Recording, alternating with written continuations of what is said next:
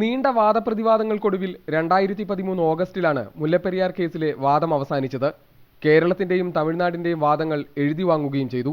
മുൻ justice AS ആനന്ദിന്റെ നേതൃത്വത്തിലുള്ള ഉന്നതാധികാര സമിതി റിപ്പോർട്ടും പരിഗണിച്ചാവും സുപ്രധാന വിധിയുണ്ടാവുക. 2006-ൽ കേരള നിയമസഭ ഡാം സുരക്ഷാ നിയമം പാസാക്കിയതിനെതിരെ തമിഴ്നാട് സർക്കാർ ഹർജി നൽകുകയായിരുന്നു. അണക്കെട്ടിലെ ജലനിരപ്പ് 136 അടിയാക്കി നിജപ്പെടുത്തരുതെന്നും 142 അടിയാക്കി ഉയർത്തണമെന്നുമുള്ള തമിഴ്നാടിന്റെ വാദം സുപ്രീം കോടതി അംഗീകരിച്ചിരുന്നു. എന്നാൽ ഇതിനെ ശക്തമായി കേരളം എതിർത്തു. കേരളത്തിലെ ജനങ്ങളുടെ സുരക്ഷ പരിഗണിച്ച് പുതിയ അണക്കെട്ട് വേണമെന്നാണ് കേരളത്തിന്റെ വാദം. എന്നാൽ നിലവിൽ സുരക്ഷാ പ്രശ്നങ്ങളില്ലെന്നും അതിനാൽ അണക്കെട്ട് വേണ്ടെന്നുമാണ് തമിഴ്നാടിന്റെ നിലപാട്.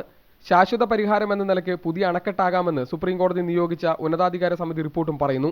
സുപ്രീം കോടതിയുടെ ഭരണഘടനാ ബെഞ്ചാണ് കേസ് പരിഗണിച്ചത്. ജസ്റ്റിസ് RM ലോധ അധ്യക്ഷനായ ബെഞ്ചിൽ ജസ്റ്റിസുമാരായ HL ദത്തു, CK Prasad, Madan B Lokur, MF Iqbal എന്നിവരാണ് മറ്റംഗങ്ങൾ. മീഡിയ 1, ഡൽഹി.